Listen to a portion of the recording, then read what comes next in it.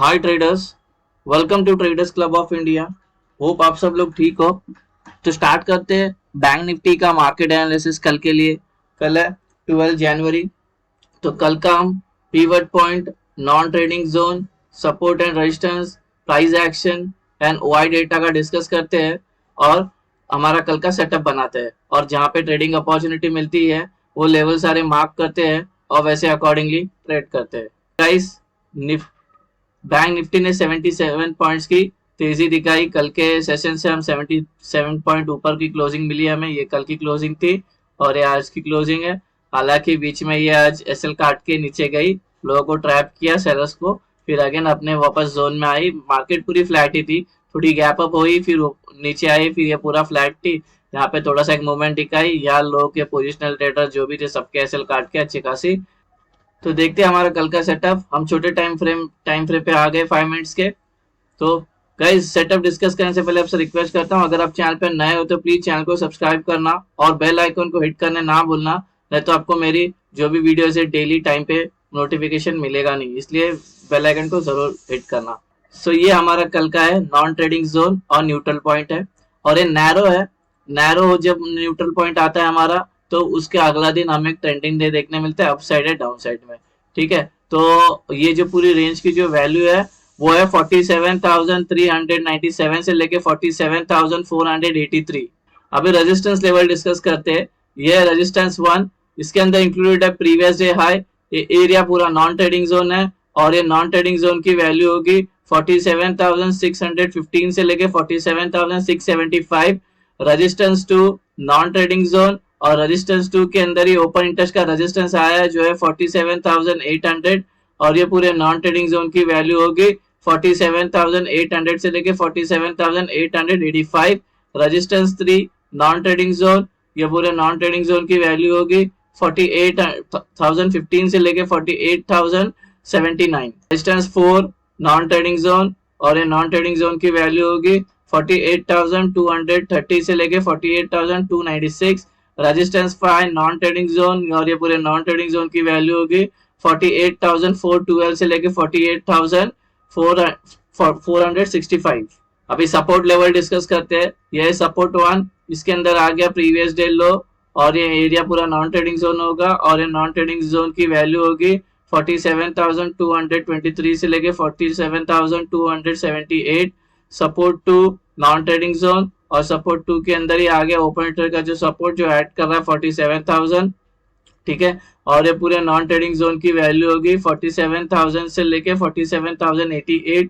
Support 3 non trading zone, ये non trading zone की value है 46,795 से लेके 46,857।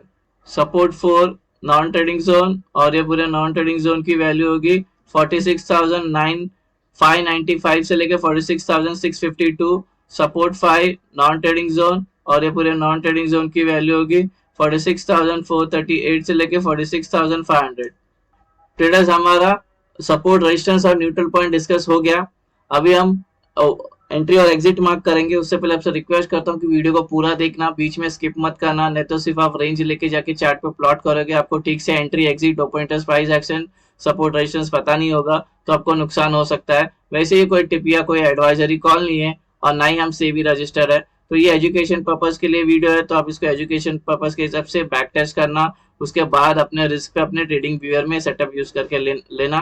ठीक है, और एक बात, अगर ये सेटअप को आपको इन डिटेल में जानना है, वैसे तो ये सेटअप मैंने यहाँ पे भी देखोगे रोज तो समझ जाओगे, लेकिन इससे मैंने रिलेटेड एक वीडियो बनाया जिसका नाम है ब्रह्मास्त्र स्ट्रेटेजी, तो वो वीडियो देखना, लिंक डिस्क्रिप्शन में भी है, वो वीडियो एक बार देखना। उसमें मैंने सब कुछ non trading zone, entry, exit सब कुछ बताया कैसे किया जाता है उसमें।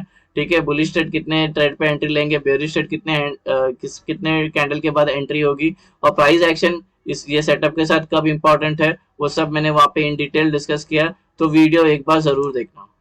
सो ट्रेडर्स, ये होगी कल की हमारी एंट्री और एग्जिट।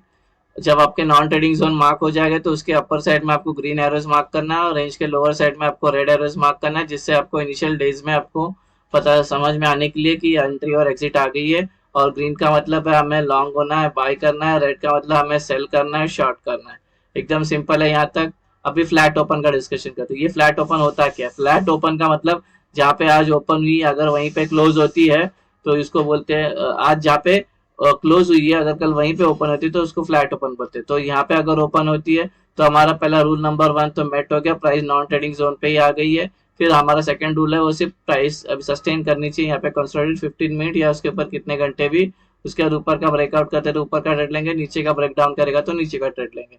ऊपर और गाइस, और टारगेट की बात मैं एक ही बार में बता देता हूँ। सपोज अपने ऊपर का ट्रेड लिया तो ऊपर के सारे लेवल होंगे टारगेट। अगर ये वाला ऊपर का ट्रेड लेगा तो इसके ऊपर जो लेवल है वो सारे टारगेट होंगे। अगर हम नीचे का ट्रेड लिया तो ये वाले टारगेट होंगे। अगर ये वाला नीचे का ट्रेड लिया तो इसके नीचे जो लेवल है वो टारगेट होंगे। अगर यहाँ पे एंट्री मारी है तो ये वाले टारगेट होंगे।